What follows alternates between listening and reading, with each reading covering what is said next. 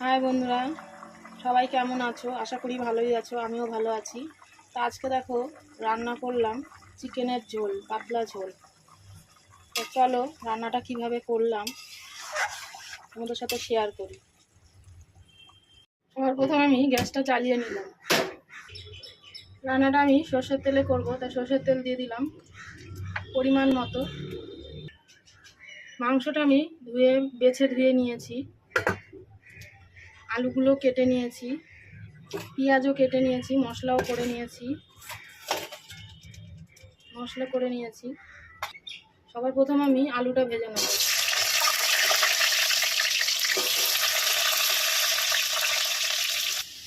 পেঁয়াজটা কেটে রেখেছিলাম, আলুর সাথেই ভেজে নেবো একসাথে।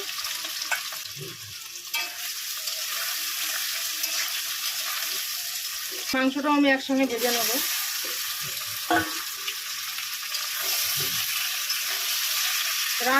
একই রান্না অনেক রকমভাবে করা যায়। রান্নাটা কিরকম স্বাদ টেস্ট হলো সেটাই হচ্ছে মেন ব্যাপার। রান্নাটা কিভাবে করছে, কোনটা একই রকমভাবে যে করতে হবে এমন কোনো কথা নেই। আজকে এইভাবে করেছি, কালকে অন্যরকমভাবে করবো।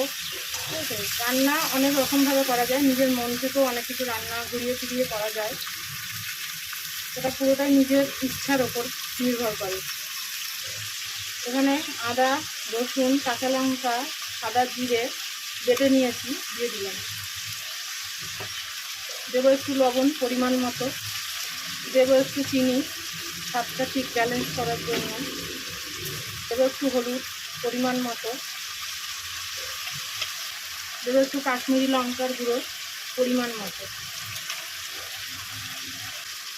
তো সব কিছু মশলা আমি একসঙ্গে কষিয়ে নেব।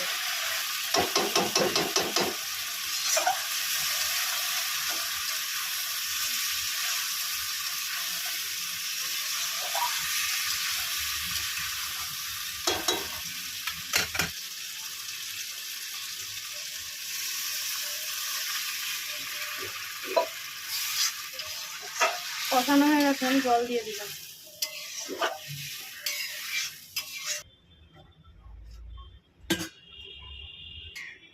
ঢাকা দিয়ে দিলাম।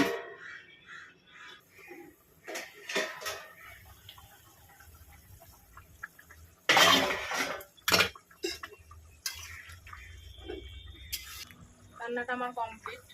রাখছি বন্ধুরা, সবাই ভালো থেকো, সুস্থ থেকো, সবাই সবার পাশে থেকো, আমিও তোমাদের পাশে থাকবো, আছি।